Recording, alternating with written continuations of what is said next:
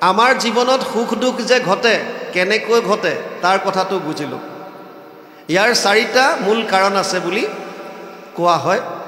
25% নিৰ্ভৰ কৰিছে আমাৰ প্ৰাৰব্ধৰ ওপৰত। চাওক, এইটো জন্ম পোৱাৰ আগতেও আমি বহুবাৰ মনুষ্য হৈ আহিছোঁ, আৰু যেতিয়া যেতিয়া মনুষ্য হৈ আমি আহোঁ, কোনো মানুহে কাম নকৰাকৈ এক মুহূৰ্ত থাকিব নোৱাৰে। নাহি কচ্চিৎ ক্ষণমপি জাতু তিষ্ঠত্য অকৰ্মকৃত কাৰ্যতে হি অৱশ্য কৰ্ম সৰ্ব প্ৰকৃতি জেৰ গুণে। 3য় অধ্যায় 5 নম্বৰ শ্লোক গীতা। অৰ্জুনক কৈছে, হে অৰ্জুন, কোনো মানুহে এক মুহূৰ্ত কাম নকৰাকৈ থাকিব নোৱাৰে। আৰু যেতিয়া আমি কৰ্ম কৰোঁ, অকণমান আগত কৈছিলোঁ, কৰ্ম কৰিলে 3 ধৰণৰ ফল আমি ভোগ কৰিবলগীয়া হয় যদি কৰ্মটো ঈশ্বৰত অৰ্পণ কৰা নহয়। তত্ত্ববিলাক বুজি যাব। যদি আমাৰ কৰ্মবিলাক ঈশ্বৰত অৰ্পণ নকৰোঁ, তেতিয়াহ'লে প্ৰত্যেকটো কৰ্মৰ ফল আমি ভোগ কৰিবলগীয়া হয়।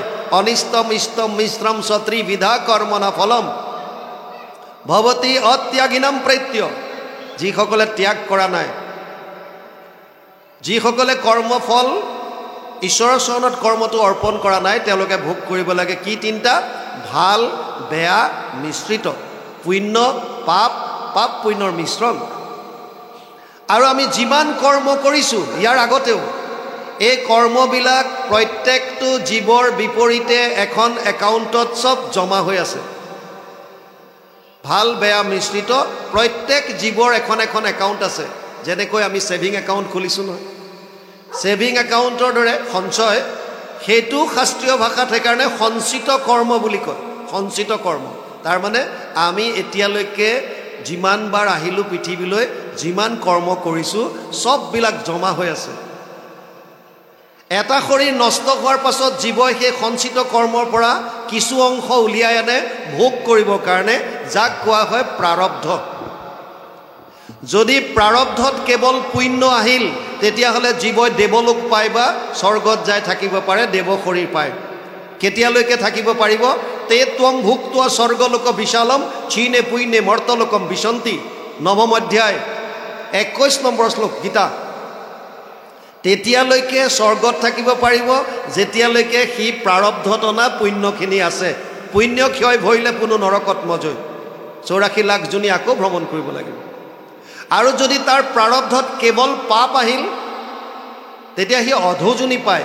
কীট পতংগ পোক পৰুৱা কীট এইবিলাক যত যিমান আছে, কুকুৰ মেকুৰী গাধ ঘোঁৰা ইতৰ প্ৰাণী যিমান আছে, চব পাপ জনী। ভোগ কৰিবৰ কাৰণে আহিছে, ভোগ খতম হ'ব, প্ৰাৰব্ধ পুনৰ যাব। মানুহৰ শৰীৰ কেতিয়া পায়? যেতিয়া মিশ্ৰিত কৰ্মফল আহে।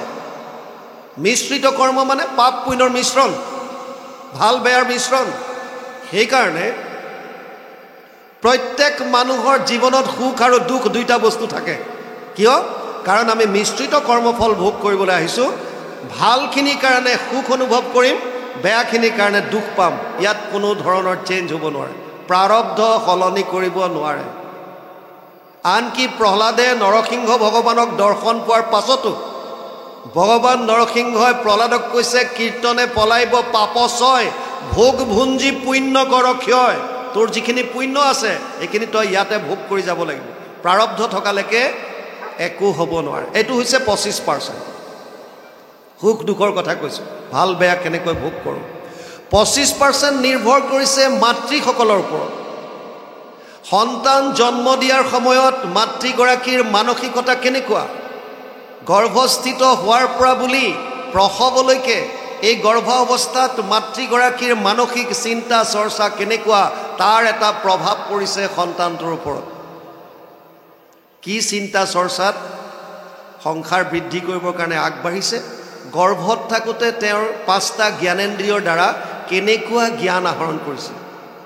যদি কেৱল টিভিত শাহু বোৱাৰী কাজিয়া চাই আছে, যদি গিৰিয়েক ঘৈণীয়েকৰ সন্দেহা সন্দেহী চাই আছে, যদি কেৱল মাৰপিট চাই আছে, যদি নিগেটিভ কথা চিন্তা কৰি আছে, তাৰ প্ৰভাৱ সন্তানটোৰ ওপৰত পৰিব। আৰু গৰ্ভত সন্তানটো থাকোঁতে আইগৰাকীয়ে যেনেকুৱা ভোজন কৰে, আপ্যায়নী নাৰীৰ দ্বাৰা এই মাতৃগৰাকীয়ে কৰা প্ৰতিটো ভোজনৰ ৰস সন্তানটোৱে লাভ কৰে। 5 মাহলৈকে সন্তানৰ চৰ্ম নহয়। 3য় স্কন্ধত পাব আপোনালোকে সৃষ্টি বৰ্ণনাত। মাকে খোৱা প্ৰতিটো ৰস এই শিশুটোৰ শৰীৰত যেতিয়া পৰে, জ্বলা টেঙা যিবিলাক আপোনালোকে খায়, চিঞৰি উঠে, বহু অপি ময়া দৃষ্টা যোনিদাৰম পৃথক পৃথক গৰ্ভবাস মহাদুঃখ ত্ৰাহিমাম মধুসূদন। মধুসূদন এইটো এটা মধু দৈত্য, যাক মাৰিছিল ভগৱান কৃষ্ণই। মধু দৈত্যক নিহত কৰাৰ কাৰণে ভগৱান কৃষ্ণৰে নাম মধুসূদন। মধুসূদনৰ ওচৰত শৰণ লয় গৰ্ভতে প্ৰত্যেকটো সন্তানে। হে প্ৰভু, তোমাৰ চৰণত শৰণ ল'লোঁ। মই এনেকুৱা যোনি বহুত ঘূৰিছোঁ, এই যিটো ইউটেৰাছ, যিটো গৰ্ভাশয়, তাত বিষ্ঠা মূত্ৰৰে লেপিত হৈ 10 মাহ 10 দিন সন্তানটো যেতিয়া পৰি থাকিব লাগে, নৰকৰ ভোগ আৰু বেলেগে নালাগে। সেয়াই কম কষ্ট পায় নেকি? তেতিয়াই শৰণ লয়। আৰু সেই সময়ত আমাৰ যি 5টা জ্ঞানেন্দ্ৰিয় আছে, শ্ৰোত্ৰ, নেত্ৰ, জিহ্বা, ঘ্ৰাণ আৰু চৰ্ম, কি শুনিছে, কি চাইছে, কি সোৱাদ লৈছে, কি স্পৰ্শ কৰিছে, কি শুঙি চাইছে, প্ৰত্যেকটো জ্ঞান যিখিনি আহৰণ কৰে শিশুটোৱে গৰ্ভত থাকোঁতে পায়। তাৰ উদাহৰণ প্ৰহ্লাদ। মাকৰ গৰ্ভত থাকোঁতে নাৰদে ভাগৱতৰ ধৰ্ম কৈছিল, কয়াদুক প্ৰহ্লাদে পাইছিল। তাৰ উদাহৰণ অভিমন্যু। অৰ্জুনে পত্নী সুভদ্ৰাক চক্ৰবেহুত কেনেকৈ সোমাব লাগে কৈছিল, আৰু ওলাই অহা কথাখিনি কওঁতে টোপনি গ'ল। মাকৰ টোপনি যোৱাৰ লগে লগে শিশু অচেতন হ'ল, গতিকে শুনিব নোৱাৰিলে। ওলাই আহে চক্ৰবেহুৰ পৰা, কেনেকৈ গম নাপালে। তাৰ মানে সনাতন ধৰ্মই স্পষ্টভাৱে কৈছে, মাতৃৰ গৰ্ভত সন্তান থাকোঁতে মাকৰ পৰা তেওঁ জ্ঞান আহৰণ কৰিব পাৰে। গতিকে যিসকল মাতৃয়ে সৃষ্টিৰ সময়ত এই তত্ত্ববিলাক আগতে জানি লৈ সৃষ্টি কাৰ্যত আগবাঢ়ে, তেওঁলোকে সুসন্তান জন্ম দিব পাৰিব। এইখিনি আগতে জানি লোৱা কথা। 25% নিৰ্ভৰ কৰিছে বাপেকৰ ওপৰত। সৃষ্টি কাৰ্যত আগবাঢ়িবলৈ যাওঁতে তেওঁৰ মানসিকতা কেনেকুৱা? কামনা বাসনাত লিপ্ত হৈ গৈছে নে ঈশ্বৰৰ ওচৰত প্ৰাৰ্থনা কৰি, হে প্ৰভু, তোমাৰ সেৱক হিচাপে আমি সৃষ্টি কাৰ্যত যিটো আদেশ দিছে, মানুহ হিচাপে প্ৰথম সৃষ্টি কিয় কৰিছিল? সৃষ্টিৰ বৃদ্ধি হোৱা নাছিল। গতিকে ব্ৰহ্মাই নিজৰ শৰীৰৰে 2টা পাৰ্ট কৰিলে, স্বয়ম্ভূৱ মনু আৰু শতৰূপা, আৰু মানুহ হিচাপে তেওঁলোকক মিলনৰ দ্বাৰা সৃষ্টি কাৰ্য বৃদ্ধি কৰিবলৈ দিছে। তাৰে অংশ আমি মনুষ্য। মনুৰ পৰাই মেন হৈছে, মনুৰ পৰা মনুষ্য, মনুৰ পৰাই মানৱ। ডাৰউইনৰ সূত্ৰৰ মতে যেনেকৈ বান্দৰৰ পৰা হ'ল, চিম্পাঞ্জিৰ পৰা হ'ল, বান্দৰৰ পৰা যদি মানুহ হ'লেহেঁতেন এতিয়া বান্দৰ নাথাকিলেহেঁতেন, চব মানুহে হ'লহেঁতেন। শাস্ত্ৰত কৈ আছে মানুহ হৈছে, মানুহৰ পৰা সৃষ্টি হৈছে স্বয়ম্ভূৱ মনু আৰু শতৰূপা, আৰু মনুৰ পৰা মেন, মনুৰ পৰা মনুষ্য, মনুৰ পৰা মানৱ। নহ'লে বেলেগো কৰিব পাৰিলেহেঁতেন, কিয় নকৰিলে? বাপেকৰ ওপৰত নিৰ্ভৰ কৰিছে 25%। 75% সন্তান এটা জন্ম হোৱাৰ পাছত তাক সলনি কৰাৰ কোনো উপায় নাই। প্ৰাৰব্ধ সলনি কৰিব নোৱাৰোঁ। মাকে কেনেকুৱা চিন্তা চৰ্চা কৰিছিল, কেনেকুৱা ভোজন কৰিছিল, সেয়া সলনি কৰাৰ উপায় নাই সন্তান জন্ম হোৱাৰ পাছত। আৰু বাপেকে কি চিন্তা চৰ্চা লৈ পেলাই আগবাঢ়িছিল, সেয়াও আমাৰ কোনো চিন্তা সলনি কৰিব নোৱাৰে। তাৰ মানে 75% সন্তান জন্ম হোৱাৰ পাছত চেঞ্জ কৰাৰ কোনো উপায় নাই। তথাপিও প্ৰত্যেকটো সন্তান বা মানুহৰ হাতত 25% থাকে।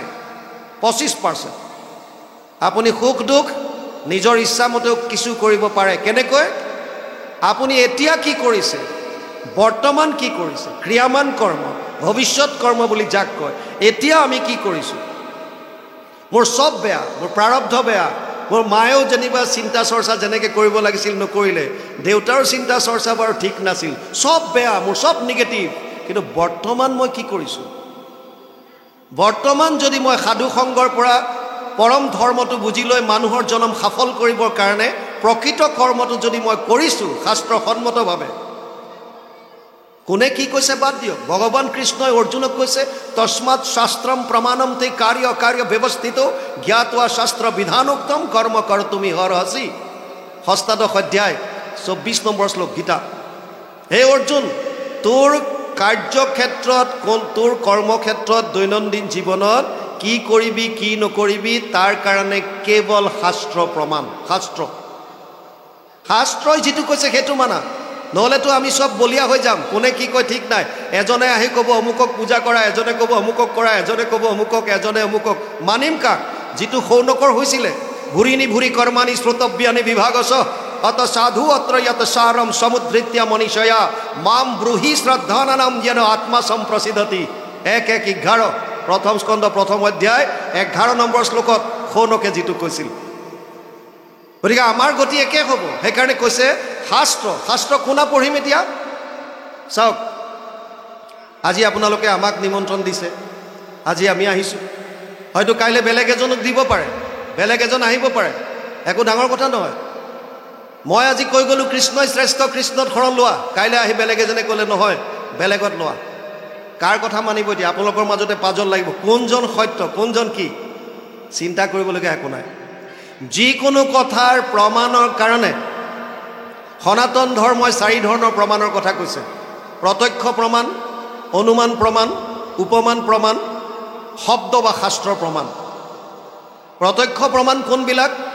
যিবিলাক আমি প্ৰত্যক্ষভাৱে আমাৰ জ্ঞানেন্দ্ৰিয়ৰ দ্বাৰা উপলব্ধি কৰোঁ। মই নিজে দেখিছোঁ, মই নিজে শুনিছোঁ, মই চুই চাইছোঁ, মই শুঙি চাইছোঁ, মই সোৱাদ লৈ চাইছোঁ। 5টা জ্ঞানেন্দ্ৰিয়ৰ দ্বাৰা যি উপলব্ধি আমি নিজে কৰোঁ, শ্ৰোত্ৰ, নেত্ৰ, জিহ্বা, ঘ্ৰাণ আৰু চৰ্ম, এই 5টা জ্ঞানেন্দ্ৰিয়, ইয়াৰ দ্বাৰা যিখিনি জ্ঞান আমি নিজে উপলব্ধি কৰিছোঁ, এইটোক কৈছে প্ৰত্যক্ষ প্ৰমাণ। প্ৰত্যক্ষ প্ৰমাণ। কিছুমান প্ৰমাণ আছে অনুমান। আপোনাৰ গাঁৱৰ ওচৰত কোনোবা এঘৰ মানুহৰ ওচৰত 108 এখন খাৰা হৈ গ'ল, আপুনি দূৰৰ পৰা দেখিছে এই সিহঁতৰ ঘৰত 108 আহিছে। আপুনি কি অনুমান কৰিব? যে সিহঁতৰ ঘৰত কোনোবা কাৰোবাৰ অসুখ হৈছে, 108 আহি গ'ল। অনুমান কৰিছে আপুনি। দূৰত আপুনি ধোঁৱা দেখিছে, অনুমান কৰিছে, ধোঁৱা আছে যেতিয়া জুই আছে, অনুমান। সত্য নহ'বও পাৰে। 2টা কেমিকেল মিক্স হ'লে ধোঁৱা ওলাব পাৰে। আজিকালি ষ্টেজত গান গালে গায়ক ওলালেও ধোঁৱা দি দিয়ে, ভাওনাত ভাৱৰীয়া ওলালেও ধোঁৱা দি দিয়ে। কাৰোবাৰ ঘৰৰ সন্মুখত 108 আছে, আপুনি ভাবিছে কোনোবা অসুখ হৈছে, নহ'বও পাৰে। সি বেলেগৰ ঘৰত বেমাৰী নমাই থৈ তাৰ ড্ৰাইভাৰটোৰ লগৰ সিহঁতৰ ঘৰৰ ল'ৰাটোৰ লগত যদি বন্ধু হয়, সেইকাৰণে তাক লগ কৰিব আহিও গাড়ীখন অকণমান ৰখাব পাৰে। আপোনাৰ অনুমান সত্য নহ'বও পাৰে। অনুমান সত্য নহ'ব পাৰে কেতিয়াবা। আপুনি ভাবিছে হয়, সত্য নহ'ব পাৰে। উপমান, তুলনামূলকভাৱে। তই নীল গাই দেখিছ? নাই দেখা। কেনেকুৱা? আমাৰ গাইবিলাকৰ নিচিনা। নিচিনা। কুঁহিয়াৰ খাই পাইছ? নাই পোৱা। কেনেকুৱা? মিঠা। মিঠা মানে কেনেকুৱা? গুড়ৰ নিচিনা, চেনিৰ নিচিনা। চেনি বা গুড় খালে কুঁহিয়াৰ খোৱাটো নুবুজায়। আমাৰ গাইজনী দেখিলে নীল গাই দেখাটো নুবুজায়, পাৰ্থক্য আছে। যেতিয়া প্ৰত্যক্ষ প্ৰমাণো কেতিয়াবা ভুল হয়। দ্ৰোণাচাৰ্যই কুৰুক্ষেত্ৰ যুদ্ধত কি শুনিছিল? অশ্বত্থমা হত। অশ্বত্থমা হত বুলি শুনাৰ লগে লগে ধনুষৰ পেলাই দিলে। কিয়? পুত্ৰ মৰি গ'ল আৰু যুঁজ কৰি কি কৰিম? কোৱাজন কোন? ধৰ্মৰাজ যুধিষ্ঠিৰ। যুধিষ্ঠিৰে মিছা কেতিয়াও নকয়। যুধিষ্ঠিৰে যেতিয়া কৈ দিলে অশ্বত্থমা হত আৰু কি থাকিল, পেলাই দিলে ধনুষৰ। প্ৰত্যক্ষভাৱে শুনা কথাটো সত্য নাছিল। অশ্বত্থমা হত পাৰ্টলি কাৰেক্ট হয়, আংশিকভাৱে শুদ্ধ। ইটি গজ, আৰু ইটি গজ কওঁতে ভগৱানে ইংগিত দিয়েই দিলে, লগে লগে ঢাক, ঢোল, মৃদংগ, শংখ যত যি আছিল চব বজাই দিলে। আৰু পেছাৰখিনি দ্ৰোণাচাৰ্য নুশুনিলে। শুনিলে কেৱল কোনখন? অশ্বত্থমা হত। ভাবিলে মোৰ পুত্ৰ শেষ, এতিয়া যুদ্ধ কি কৰিম? পেলাই দিলে ধনুষৰ। কিন্তু সত্য সেইটো নাছিল। সত্য আছিল অশ্বত্থমা নামৰ এটা হাতীৰ মৃত্যু হৈছে। যুধিষ্ঠিৰে কোৱাটো সত্য, অশ্বত্থমা হত হয়, কিন্তু অশ্বত্থমা নামৰ এটা হাতী মৰিছে। তাৰ মানে কেতিয়াবা কেতিয়াবা প্ৰত্যক্ষ প্ৰমাণো সত্য নহ'ব পাৰে। যেতিয়া প্ৰত্যক্ষ প্ৰমাণ গ্ৰহণযোগ্য নহয়, অনুমান প্ৰমাণ গ্ৰহণযোগ্য নহয়, উপমান প্ৰমাণ গ্ৰহণযোগ্য নহয়, সনাতন ধৰ্মত ভাৰতীয় দৰ্শনে তেতিয়া কৈছে কেৱল এটা প্ৰমাণ থাকি যাব, সেইটোৱে হৈছে শব্দ বা শাস্ত্ৰৰ প্ৰমাণ। আৰু যোনে নিজকে আস্তিক বুলি কয়, সি এইটো মানিবই লাগিব, বাউণ্ড। যদি আস্তিক, যদি নামানে, তেতিয়াহ'লে তেওঁক ভাৰতীয় দৰ্শনে নাস্তিক আখ্যা দিছে। জৈনিজিম, বুদ্ধিজিম, চাৰবাৰ্গ এইবিলাক নাস্তিক। আৰু যদি মানে আপুনি শাস্ত্ৰ প্ৰমাণ, তেতিয়া আপুনি আস্তিক। আস্তিক হ'লে মানিবই লাগিব। কিন্তু শাস্ত্ৰ বা শব্দ প্ৰমাণ বুলি কওঁতে এতিয়া আপুনি কোনখন শাস্ত্ৰ মানিব? সেইটো সমস্যা আহি গ'ল। অগণন শাস্ত্ৰ আছে। এতিয়া ভাৰতীয় দৰ্শনে ক'লে যে 3টা প্ৰস্থান দিলে। প্ৰস্থান ত্ৰয়ী বুলি কয়, প্ৰামাণিক। এটাক ক'লে শ্ৰুতি প্ৰস্থান, এটাক ক'লে স্মৃতি প্ৰস্থান, আৰু এটাক ক'লে ন্যায় প্ৰস্থান। শ্ৰুতি কাক কয়? শ্ৰুতি বেদক কয়। বেদ জগত সংহৰি সুতি আছা নাৰায়ণ, প্ৰথম নিশ্বাসে বাজ বইলা বেদগণ। ভগৱান কৃষ্ণৰ নিশ্বাসত এই বেদ বা জ্ঞান বাহিৰ হৈছিল। এই জ্ঞান শ্ৰৱণৰ দ্বাৰা ক্ৰমাগতভাৱে গুৰু শিষ্য পৰম্পৰাত বাগৰি আহিছিল কাৰণে নাম পাইছিল শ্ৰুতি। আৰু বেদৰ সাৰ মৰ্মখিনি ইয়াৰ শেষৰ অংশটোত আছে, যাক বেদান্ত বুলি কয়, যাক আমি অলপ আগত আলোচনা কৰিছিলোঁ, উপনিষদ বেদান্ত। গতিকে শ্ৰুতি প্ৰস্থানত বেদান্ত ৰাখিছে প্ৰামাণিক হিচাপে। যদি বেদান্তত আছে তেতিয়াহ'লে আপুনি মানিব লাগিব, এইটো সত্য প্ৰামাণিক সনাতন ধৰ্ম। স্মৃতি প্ৰস্থান, স্মৃতি গ্ৰন্থ কি আগতে সেইটো বুজক। স্মৃতি শাস্ত্ৰ কাক কয়? বেদৰ মন্ত্ৰবিলাক বুজাটো অতি কঠিন। সাধাৰণ মানুহৰ বোধগম্য নোহোৱাটো একো ডাঙৰ কথা নহয়। ডাঙৰ ডাঙৰ ঋষি মুনিবিলাকে বেদৰ আচল অৰ্থটো উপলব্ধি কৰিব নোৱাৰিলে নোৱাৰি। যাৰ যেন মতি কৰে বেদক ব্যাখ্যান, যাৰ যেনেকুৱা যেনেকুৱা মন সেইমতে বেদৰ প্ৰচাৰ কৰিলে, যাৰ কাৰণে আজি আমাৰ মাজত খেলি মেলি লাগিল। একেটা মন্ত্ৰকে বিভিন্নজনে ক'লে একম সৎ বিপ্ৰ বহুধা বদন্তি, সত্য এটা, বিপ্ৰসকলে বিভিন্ন ধৰণে তাক ক'লে। যেতিয়া ঋষিসকলে গম পালে যে মানুহে বেদৰ মন্ত্ৰবিলাক বুজিব নোৱাৰিব, তেতিয়া তেওঁলোকে বেদৰ ওপৰত ভিত্তি কৰি নিজৰ স্মৰণ শক্তিৰ দ্বাৰা, স্মৃতি শক্তিৰ দ্বাৰা আন কিছুমান গ্ৰন্থ কাহিনী আকাৰে লিখিলে। তাৰে এখন হৈছে মহাভাৰত, এখন মনুস্মৃতি, এনেকৈ স্মৃতি শাস্ত্ৰ বহুত আছে। মহাভাৰতৰ ভীষ্ম পৰ্বৰ 25 অধ্যায়ৰ পৰা 42 অধ্যায়লৈ 18টা অধ্যায়, 700 শ্লোক, নাম দিলে শ্ৰীমদ ভগৱত গীতা। গতিকে স্মৃতি প্ৰস্থানক গীতা শাস্ত্ৰখন ৰাখিলে। যদি গীতাত লিখা আছে তেতিয়াহ'লে প্ৰামাণিক হ'ব। শ্ৰুতি প্ৰস্থান বেদান্ত, উপনিষদ, স্মৃতি প্ৰস্থান গীতা।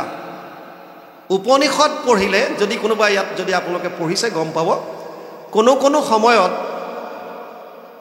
আত্মা পৰমাত্মাক কোনোবা সময়ত অগ্নি বুলি ক'লে, কোনোবা সময়ত ইন্দ্ৰ বুলি কৈছে, খেলি মেলি লাগে। কিয় ক'লে?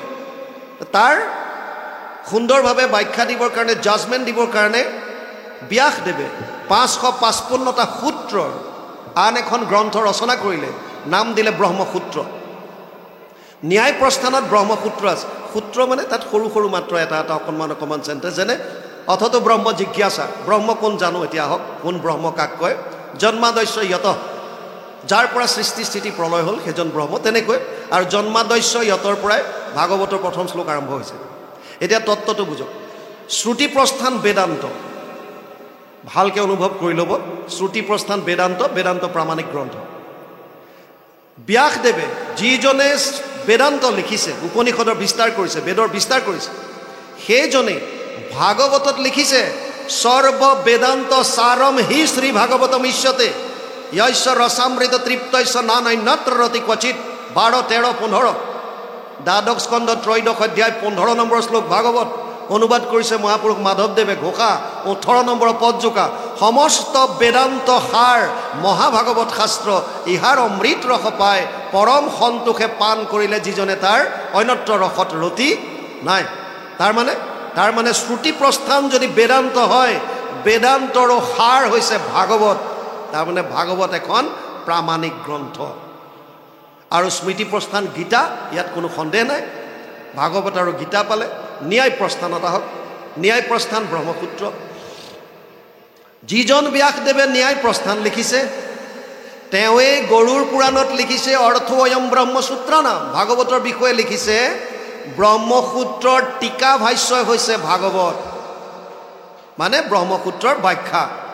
যেনেকৈ জন্মাদস্য য়ত, এইটো সূত্ৰৰ পৰা ভাগৱতৰ মংগলাচৰণ আহিছে। জন্মাদস্য য়ত বন্দয়াদ ইতৰত স্বৰ্থেষু অভিজ্ঞ স্বৰাত আহিছে প্ৰথম শ্লোক। এতিয়া আপোনালোকে যদি চাই শ্ৰুতি প্ৰস্থান বেদান্ত, বেদান্তৰ সাৰ ভাগৱত এখন পালোঁ। ন্যায় প্ৰস্থান ব্ৰহ্মসূত্ৰ, ব্ৰহ্মসূত্ৰৰ টীকা ভাষ্য ভাগৱত এখন প্ৰামাণিক গ্ৰন্থ। আৰু স্মৃতি প্ৰস্থান গীতা। তাৰ মানে প্ৰামাণিক গ্ৰন্থ আমাৰ দুখন আছে। এখন হৈছে গীতা, আনখন হৈছে ভাগৱত। সেইকাৰণে কোনো মহাপুৰুষে লিখি থৈ গ'ল শাস্ত্ৰৰ উত্তম কি বুলি? শাস্ত্ৰৰ উত্তম গীতা ভাগৱত বুলি। গতিকে বেলেগে কি কৈছে বাদ দিয়ক, কোনে কি কৈছে বাদ দিয়ক, গীতা ভাগৱতে কি কৈছে সেইটো বুজিলেই হ'ল। 700 শ্লোকৰ গীতা, এটা শ্লোক মাত্ৰ ধৃতৰাষ্ট্ৰই কৈছে, ধৰ্মক্ষেত্ৰে কুৰুক্ষেত্ৰে সমবেত যুজুৎসৱ মামকাহ পাণ্ডৱ চৈব কিম কুৰ্বত সঞ্জয়। প্ৰথম অধ্যায় প্ৰথম শ্লোক, এটা শ্লোক সুধিছে, ধৰ্মক্ষেত্ৰ কুৰুক্ষেত্ৰত সমবেত হোৱা মোৰ আৰু পাণ্ডুপুত্ৰৰ সৈন্যসকলে কি কৰিছিল হে সঞ্জয় মোক কোৱা। আপোনালোকে জানে কুৰুক্ষেত্ৰৰ যুদ্ধৰ প্ৰাক মুহূৰ্তত ব্যাস আহিছিল ধৃতৰাষ্ট্ৰৰ ওচৰত। ধৃতৰাষ্ট্ৰ অন্ধ। ব্যাসে ক'লে, ব্যাসৰ পুত্ৰ ধৃতৰাষ্ট্ৰ, সেইটো আপোনালোকে জানে, মই এইটো কাহিনীলৈ নাযাওঁ আৰু। ব্যাসে কৈছিল, হে পুত্ৰ, কুৰুক্ষেত্ৰ যুদ্ধ হোৱাটো নিশ্চিত। তই এতিয়া ঘৰৰ পৰাই যদি যুদ্ধখন চাব বিচাৰিছ তেতিয়াহ'লে তোক মই দিব্য দৃষ্টি দিওঁ। তই ঘৰৰ পৰা চাই যুদ্ধক্ষেত্ৰ কুৰুক্ষেত্ৰত যি হৈ আছে চব দেখা পাবি। ধৃতৰাষ্ট্ৰই ক'লে যে ইমান দিনটো মই অন্ধ হৈ থাকিলোঁ আৰু এই যুদ্ধৰ বিভীষিকা মোৰ চোৱাৰ কোনো ইচ্ছা নাই, কিন্তু কুৰুক্ষেত্ৰত কি হৈ আছে মই সেইখিনি জানিব বিচাৰোঁ। গতিকে মোৰ এই সাৰথী, মোৰ মন্ত্ৰী সঞ্জয়ক আপুনি দিব্য দৃষ্টি দিয়ক। আৰু তেতিয়া ব্যাসদেৱে সঞ্জয়ক দিব্য দৃষ্টি দিয়ে, যাৰ কাৰণে সঞ্জয়ে হস্তিনাপুৰত থাকিয়েই কুৰুক্ষেত্ৰত কি হৈ আছে চব গম পাইছিল, লাইভ টেলিকাষ্ট। তেতিয়াই 5,500 বছৰ আগত লাইভ টেলিকাষ্ট দেখাই আছে। আমাৰ বিজ্ঞানীয়ে মানক নামানক, এইটো সত্য। সঞ্জয়ে কৈ আছে হস্তিনাপুৰত থাকি কুৰুক্ষেত্ৰত কি হৈছে। তাকো এতিয়াতো বিজ্ঞানীয়ে কেমেৰাৰ দ্বাৰা মাত্ৰ প্লেয়াৰক হওক বা যাক হওক দেখুৱাব পাৰিছে। সঞ্জয়ে প্ৰত্যেকজন যোদ্ধাৰুৰ বা সৈনিকৰ মনৰ ভাৱ পৰ্যন্ত বুজি পাইছিল, কাৰ মনত কি চলি আছে। কিমান বিজ্ঞান আগত আছিল তেতিয়া, বিজ্ঞান কম নাছিল। দৈৱকীৰ 8ম গৰ্ভত ভগৱান কৃষ্ণ আহিছে, 7ম গৰ্ভতো যোগমায়াই দৈৱকীৰ পৰা 7ম গৰ্ভ সংকৰ্ষণ কৰি মথুৰাৰ পৰা নি গোকুলত থকা ৰোহিণী গৰ্ভত স্থাপন কৰিছিল। সংকৰ্ষণ ছায়েন্স কি তেওঁলোকে জানে, কিন্তু কৰা বুলি ভাগৱতত কৈছে। তাৰমানে সেইটো এটা ডাঙৰ ছায়েন্স হ'ব। এগৰাকী মাতৃৰ গৰ্ভৰ পৰা, এতিয়া কম্পিউটাৰত যেনেকৈ বাহিৰত থাকিলে মোৰ ঘৰত যদি মই ডেস্কটপ খুলি থওঁ তেতিয়াহ'লে বাহিৰৰ পৰা কণ্ট্ৰল কৰিব পাৰে না। মেচিনাৰীবিলাক তেনেকৈ বহুত কণ্ট্ৰল কৰিব পাৰে, বেলেগৰ পৰা কৰি আছে। কেনেকৈ? আল্টিমেটলি এয়া কথা শাস্ত্ৰত কৈছে। পুষ্পক বিমান তেতিয়া আছিল, ব্ৰহ্মাস্ত্ৰ তেতিয়া আছিল, যিবিলাক পৰমাণৱিকৰ শক্তিৰ কাৰণে এতিয়া ভয় খাই আছে। শাস্ত্ৰই কৈ আছে, তুমি মানা নামানা তোমাৰ কথা, শাস্ত্ৰততো কৈ আছে। ব্যাসদেৱে সঞ্জয়ক দিলে দিব্য দৃষ্টি, আৰু সঞ্জয়ক সেইকাৰণে সুধিছিল কুৰুক্ষেত্ৰত কি হৈছে মোক কোৱা। এটা শ্লোক ধৃতৰাষ্ট্ৰৰ মুখত, 700 শ্লোকৰ এটা মাত্ৰ ধৃতৰাষ্ট্ৰই কৈছে। 40টা শ্লোকত সঞ্জয়ে কুৰুক্ষেত্ৰৰ বৰ্ণনা দিছে। মূলত অৰ্জুন আৰু কৃষ্ণৰ মাজত যি সংবাদ হৈছিল, কৃষ্ণ অৰ্জুন সংবাদ, 40টা শ্লোকত সঞ্জয়ে ধৃতৰাষ্ট্ৰক কৈছে। গীতা 700। 85টা শ্লোকত অৰ্জুনে মনৰ শংকা বা সন্দেহ ভগৱানৰ ওচৰত প্ৰকাশ কৰিছে। আৰু 574টা শ্লোকত ভগৱান কৃষ্ণই অৰ্জুনক গীতাৰ উপদেশ দিছে। প্ৰথমতে অৰ্জুনৰ মনৰ শংকা যেনেকুৱা প্ৰশ্ন কৰিছে তাৰ উত্তৰ ভগৱান কৃষ্ণই দি গৈছে। শেষত কৃপায়ে ঈশ্বৰে তত্ত্ব কহি উধাৰিলা নিজ ভকতক। ঘোষাত লিখিছে নহয়, শোকমোহ মহাপংক মাজে অৰ্জুন মগন ভৈলা দেখি। পৰম ঈশ্বৰ দেৱকী নন্দনন্দন, কৃপায়ে ঈশ্বৰে তত্ত্ব কহি উধাৰিলা নিজ ভকতক। কি তত্ত্ব ক'লে ঈশ্বৰে, এইটো কৈছে শেষত 8দশ অধ্যায়। কি ক'লে? সৰ্বগুহ্যতমম ভূয় শৃণুমে পৰমম বচ ইষ্টসীমি দৃঢ়মিতি তত বক্সামি তে হিতম। 8দশ অধ্যায় 64 নম্বৰ শ্লোক গীতা। হে অৰ্জুন, মই এতিয়া তোক গোপনীয়ৰ পৰা গোপনীয় কথাটো কওঁ শুন। সৰ্বগুহ্যতমম ভূয়, গোপনীয়ৰ ভিতৰতো আটাইতকৈ গোপনীয়, সকলোতকৈ গোপনীয়। কি ক'লে? গীতাৰ সাৰ। সৰ্বধৰ্মান পৰিত্যাজ্য মাম একম শৰণম ব্ৰজ অহম ত্ব সৰ্ব পাপেভ্যো মোক্ষয়িষ্যামি মা শুচ। 8দশ অধ্যায় 66 নম্বৰ শ্লোক গীতা। সৰ্বধৰ্ম এৰি এক শৰণ সাক্ষাৎ সুদৃঢ় বিশ্বাসে সখী লৈ কোৱা মাত নকৰিবা ভয় হেৰা কৰো অংগীকাৰ সমস্ত পাপত মই কৰিব নিস্তাৰ কৃষ্ণই অৰ্জুনক এক শৰণৰ কথা ৫,৫০০ বছৰৰ আগত কুৰুক্ষেত্ৰৰ যুদ্ধত কৈ গৈছে অতি দুৰ্ভাগ্যৰ কথা ভাৰতত এই গীতাৰ প্ৰচাৰ প্ৰসাৰ ভাৰতৰ লগতে অসমৰ লগতে ভাৰতৰ লগতে বিভিন্ন দেশত যদিও চলি আছে কিন্তু এই সত্য শুদ্ধ কথাটো মহাপুৰুষ শ্ৰীমন্ত শংকৰদেৱ অৱতাৰ হোৱাৰ আগলৈকে কোনেও ক'বলৈ সাহ কৰা নাই কোনেও কোৱা নাই গীতাৰ ভাষণ দিয়ে এক শৰণৰ শ্লোকো মাতে কিন্তু এটো ক'ব নোৱাৰে যে এক দেৱ এক সেৱ এক বিনে নাই কেৱ এটো নকয় কিয় নকয় যদি ইমান সহজ সৰল ধৰ্মটো যদি সাধাৰণ মানুহখিনিক দেখুৱাই দিয়ে যে তোমালোকে কেৱল একত কৰিলে হ'ল তেতিয়াহ'লে বহুতে ধৰ্মৰ নামত যিবিলাকে বেপাৰ চলাই আছে তেওঁলোকৰ বিজনেছ বন্ধ হৈ যাব সেইকাৰণে এই সত্য শুদ্ধ কথাটো সাধাৰণ মানুহখিনিক নকয় লুকুৱাই থৈ দিয়ে এক শৰণ হৰিনাম ধৰ্ম এক শৰণ গীতাৰ পৰা আনিছে গীতা সনাতন ধৰ্মৰ ভাৰতীয় দৰ্শন শাস্ত্ৰৰ স্মৃতি প্ৰস্থানৰ মূল গ্ৰন্থ শ্ৰীমদ ভগৱত গীতা আৰু তাত এক শৰণৰ কথা কৈছে আৰু গুৰুজনাই এক শৰণ হৰিনাম ধৰ্ম প্ৰৱৰ্তন কৰিছে এক শৰণ গীতাৰ পৰা আনিছে হৰিনাম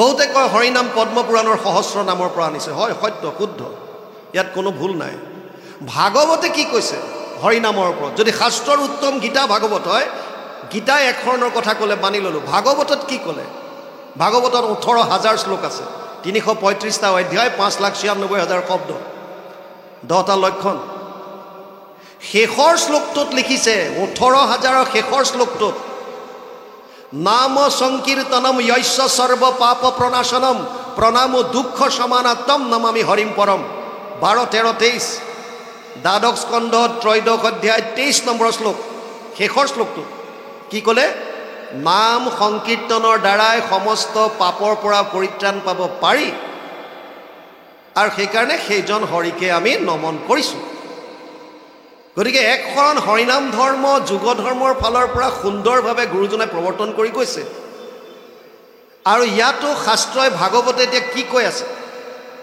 যে সুখ দুখ যত যিমান আছে বিশেষত ঈশ্বৰে কৰন্ত যেন নয় তাহান চেষ্টাক কোনে বাধিবে পাৰয় যেন দাৰুময় কন্যা সাজিয়া কুহকে যেন মতে নচুৱাই নাচে সেহি পাকে গোটেইবিলাক কৃষ্ণৰ খেল চলি আছে কেনেকৈ ভগৱান কৃষ্ণৰ 3টা শক্তি এটাক কৈছে চিত শক্তি যাক স্বভাৱ শক্তি বুলি কয় যাক যোগমায়া বুলি কয় যাৰ কটাক্ষত তেওঁ বিভিন্ন কাম কৰিব পাৰে কোটি কোটি ব্ৰহ্মাণ্ড সৃজন কৰিব পাৰে যোগমায়াৰ পাৱাৰ এনেকুৱা আৰু এটা শক্তি হৈছে বহিৰংগ শক্তি যাক মায়া বুলি কয় মায়া আৰু এটা হৈছে নিউট্ৰেল শক্তি তটস্থ শক্তি হেতুক কৈছে জীৱ এই 3টাই শক্তি আমিবিলাক হৈছোঁ জীৱ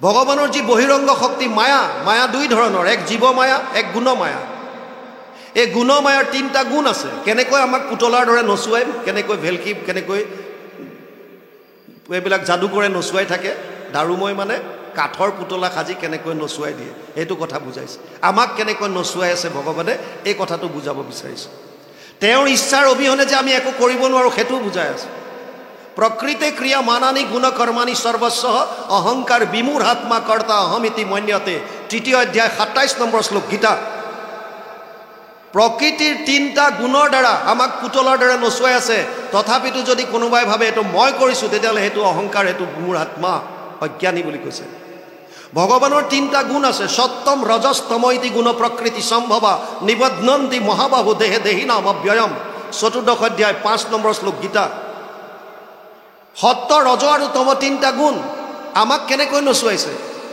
এই 3টা গুণৰ পৰা 3 ধৰণৰ ভাৱ আমাৰ মনলৈ আহে সত্য গুণৰ পৰা সাত্বিক ভাৱ ৰজ গুণৰ পৰা ৰাজসিক ভাৱ তম গুণৰ পৰা তামসিক ভাৱ ইণ্টাৰেষ্টিং কথা যাৰ যেনেকুৱা ভাৱ হয় সি তেনেকুৱা কৰ্ম কৰে যদি আপোনাৰ সত্য গুণ বাঢ়িছে সাত্বিক ভাৱ আহিছে আপুনি সাত্বিক কৰ্ম কৰিব সাত্বিক কৰ্ম কেনেকুৱা তত্ৰ সত্বম নিৰ্মলত্বাৎ প্ৰকাশক মনাময়ম সুখ সঙ্গে ন বদনাতি জ্ঞান সঙ্গে ন চানগ 14শ অধ্যায় 6 নম্বৰ শ্লোক গীতা তাত কৈছে হে অৰ্জুন মোৰ যিটো সত্য গুণ সেইটো নিৰ্মল তত্ৰ সত্বম নিৰ্মলত্বাৎ প্ৰকাশকম প্ৰকাশময় আপোনাৰ মনৰ অজ্ঞানতা আন্ধাৰ কৰি জ্ঞান প্ৰকাশিত কৰিব সাত্বিক গুণ বৃদ্ধি হ'লে মানুহ ধীৰস্থিৰ হয় ঈশ্বৰমুখী হয় জনকল্যাণ কৰিবলৈ ইচ্ছা কৰে সুখ আৰু জ্ঞানৰ দ্বাৰা তেওঁক বান্ধে শৰীৰত সাত্বিক গুণ ৰজোগুণ ৰজো ৰাগাত্মকম বৃদ্ধি তৃষ্ণা সংগ সমুদ্ভৱম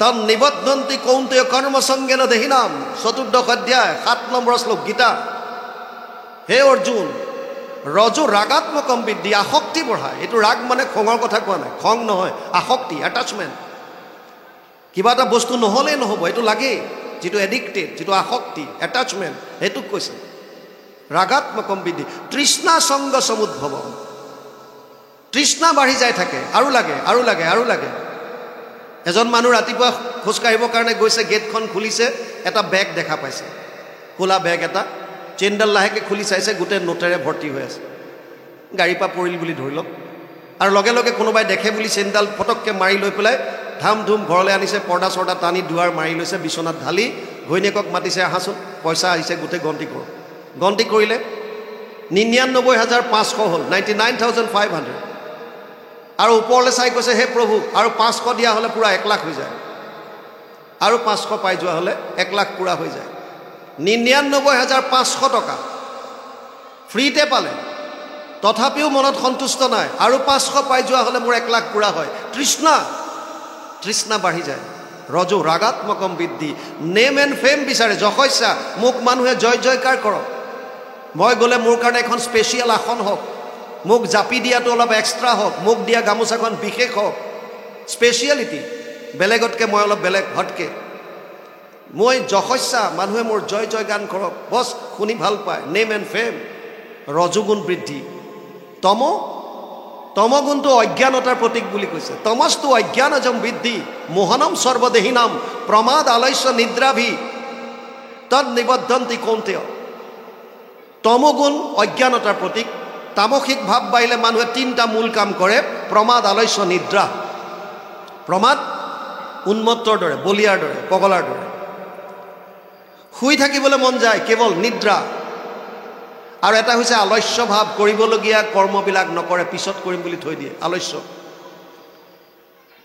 ল'ৰা ছোৱালীৰ ক্ষেত্ৰত তমগুণ বৃদ্ধি হ'লে পঢ়িবলগীয়া পাঠবিলাক প্ৰথমতে নপঢ়ি পিছত পঢ়িম বুলি দমাই থোৱাৰ পাছত পৰীক্ষাৰ সময়ত যেতিয়া গম পাই যে মোৰ চিলেবাছ গোটেইখন থাকিল মই ক'ৰ পৰা পঢ়িম কি কৰিম একো গম নাপাওঁ এনেকৈ যদি পৰীক্ষা দিওঁ তেতিয়াহ'লে মই ফেইল কৰিলে মা দেউতাই গাঁৱত নাক মুখ উলিয়াব নোৱাৰা হ'ব মোৰ লগৰবিলাকে মোক বেয়া পাব এনেকৈ জীয়াই থাকি মোৰ কি লাভ মই মৰি থকাই ভাল আৰু ভাবোতে এদিন ছুইচাইড কৰি পেলায় তমগুণৰ প্ৰভাৱ আৰু ভগৱানে কৈছে যে চৈব সাত্বিকা ভাৱ ৰজসস্তমচস্তয়ে মত্তয়ে বেতি তন বিধি নচ হম তেসু তে মই ৭ম অধ্যায় ১২ নম্বৰ শ্লোক গীতা হে অৰ্জুন সাত্বিকভাৱে হওক ৰাজসিকভাৱে হওক তামসিকভাৱে হওক সব মোৰ পৰা আহিছে কিন্তু না মই ভাৱত থাকোঁ না ভাৱ মোত থাকে এটা কথা মাত্ৰ বুজি লওক গোটেই সংসাৰ ভাৱৰ ওপৰত চলি আছে ত্ৰিভীৰ গুণে মই ভাৱেৰভি সৰ্বমিদম জগত মোহিতম নাভিজানাতি মামেভ্য পৰমব্যয়ম ৭ম অধ্যায় ১৩ নম্বৰ শ্লোক গীতা গোটেই জগত ভাৱৰ ওপৰত চলি আছে যাৰ যেনেকুৱা ভাৱ তাৰ তেনেকুৱা কৰ্ম আৰু যেনেকুৱা কৰ্ম তাৰ তেনেকুৱা ফল আল্টিমেটলি ঈশ্বৰে আমাক পুতলাৰ দৰে নচুৱাই আছে সেইকাৰণে ইয়াত কৈছে বিশেষত ঈশ্বৰে কৰন্ত যেন নহয়